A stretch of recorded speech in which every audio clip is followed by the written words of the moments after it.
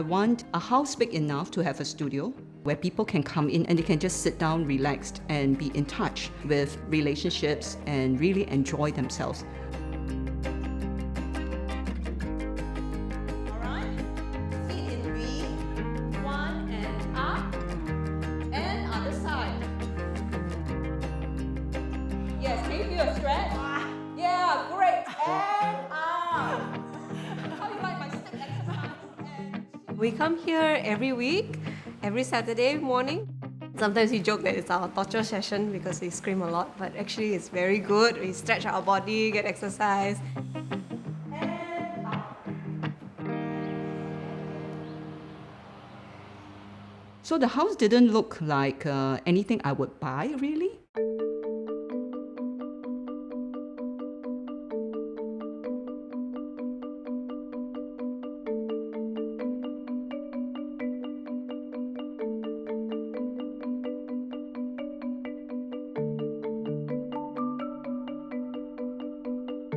The first intervention that we did is to basically remove half of the attic and to create a more permeable flow between the front and the back.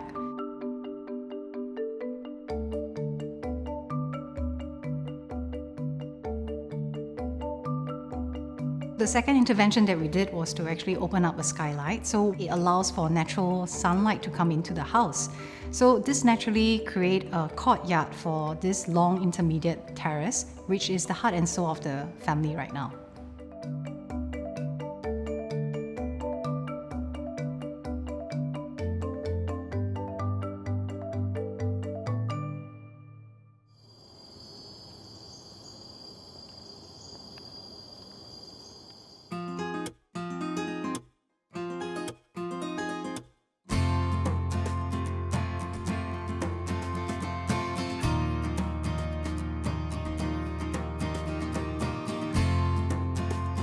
I find that there is a lot of design sensibility in regional as well as vernacular architecture.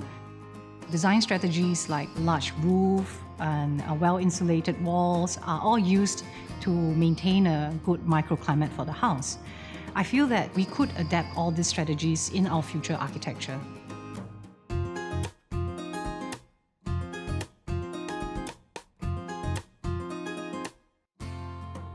Why is it important then that we keep on bringing back a bit of history? Is that it brings back memories. When people have memory, they relate back to the space and time. I think it gives a sense of community.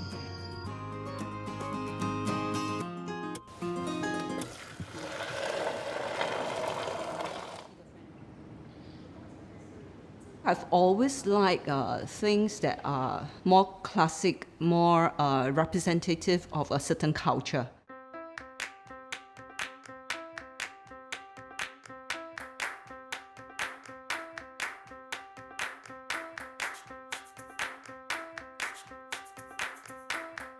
During one of our sourcing trips, we actually chanced upon all these very old reclaimed windows taken from old Javanese houses. This material was very interesting, and we always talked about the concept about upcycling. So I took a picture, I sent it to Sandra, and she also loved it, and then we brought it to Singapore for this project. We actually engaged a local conservation specialist builder for this job. After importing in the reclaimed windows, we studied together with the local carpenters to finalize the design on site.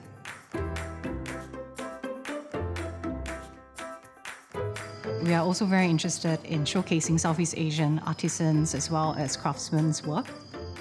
We brought in a lot of rattan chairs as well as crafted timber stools to complement the interior of the house.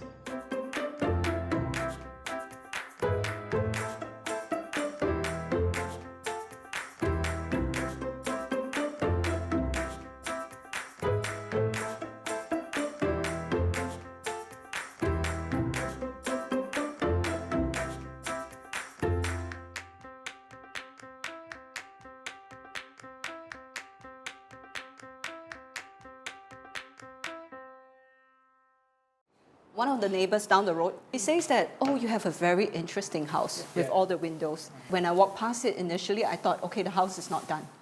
And then he walked past it after another month, the house is not done yet. Okay, seems like it's taking a long time. Then after several months, The house still doesn't look very done. Eventually, I get it. Your house, this is it. I think the favorite part is definitely the kitchen. From cooking, baking, to doing my work.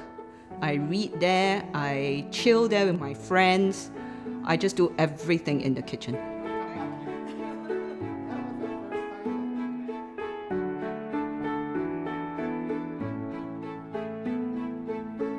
The good thing about the swing is that it brings out the child in anybody that comes by, including my father. He sits on the swing and he enjoys it. And I thought that if we could have a garden for my father, it would be great. You see birds coming in, there's butterflies. Every day can be very different because every day my parents come and tell me, oh, you know the passion fruit is flowering.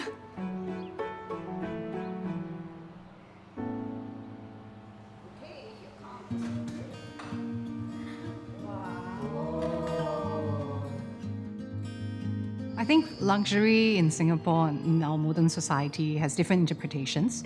To me, luxury is no longer an excess of materials, rather a very well-balanced palette of space and function. I think the house is a very much integral part of my life and my personality. It reflects a lot about how I would choose to live, how I want my friends to come and socialize, and how I would like to create meaning for everybody who are able to come to my place. I think it's a joyous place for myself and for my friends to congregate and maybe age together as well.